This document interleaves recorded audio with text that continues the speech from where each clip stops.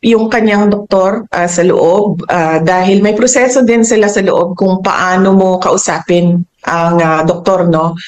Dumadaan ako sa lawyer kapag meron akong mga tanong at ginagawa naman ng paraan ng abogado doon sa loob para makuha yung mga records, health records ng ating dating Pangulong Duterte. Personally, kapag nandoon ako, okay naman siya. Tinatanong ko siya kung meron siyang nararamdaman. Sinabi niya, ang nararamdaman ko ay natural sa isang matanda na tao, no? Masakit yung utuhod, masakit yung likod. Meron siyang nararamdaman na sa lamig, ba? So, nahihirapan siya mag-acclimatize. Kaya lagi siyang balot na balot.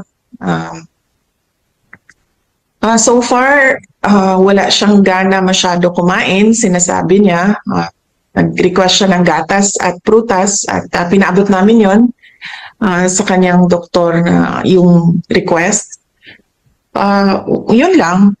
And dati pa naman natin alam, no, na medyo mahina na yung pandinig ni Pangulong Duterte dahil din sa kanyang edad at medyo mahina na rin yung mata niya dahil din sa edad. So, nothing, I don't see any serious health problems at the moment sa kanya. All that I see are yung dala ng katandaan.